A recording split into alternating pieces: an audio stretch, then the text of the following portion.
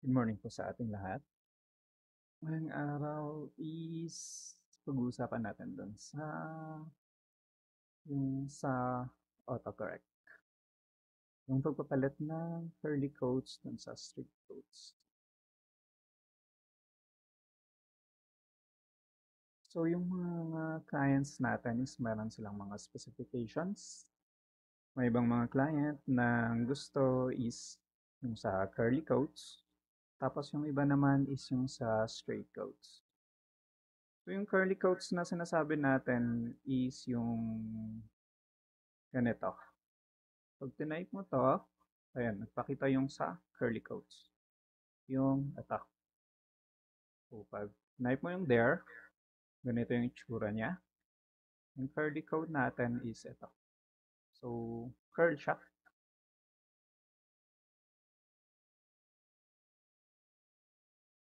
So, pag tinype mo tong word na to, there, kikita mo siya, yung curly quote is ito. Curly siya. Kaya tinatawag siyang curly quote. Ang ibang clients is gusto nila yung straight quote. So, kung papalitan natin tong settings nito from curly quote to straight quote, pupuntahan nyo is dito sa file, and then options. Depende sa word settings nyo, magpapakita agad yung options dito. Pero in my case, dito, tas options. Basta file, options. Next is proofing. Tayo sa autocorrect options. And then dito sa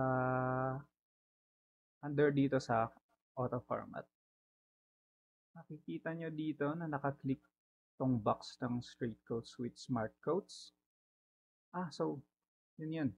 Smart quotes or curly quotes. So, i-unclick nyo lang to. Ganon. Tapos, next na pupuntahan nyo is dito sa autocorrect. Ito. Sa auto format as you type.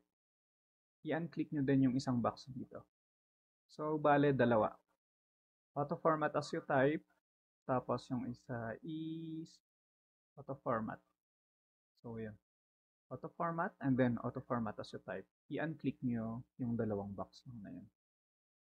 So, ganun. Pag na-check nyo na siya, click OK. Tapos, OK ulit. So, kung ita-type nyo na tong word na there, magiging straight quote na siya. So, makikita nyo yung difference niya. Yan. Hindi na siya curly or smart quote. Straight na siya. So, ganun lang yun. Kung gusto nyo namang ibalik, so, there, where,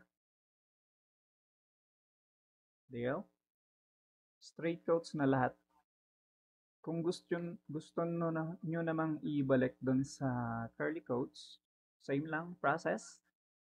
File, more, options, proofing, autocorrect. Click nyo ulit yon, yung dalawa, pati sa auto format. Click nyo, okay, okay, then babalik siya. Yan.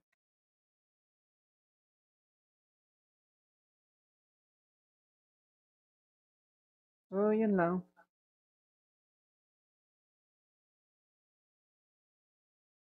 Isa rin yun dun sa format ng basics ng guideline ng mga clients natin kung ano ang preference nila. So, may questions? PM nyo na lang ako.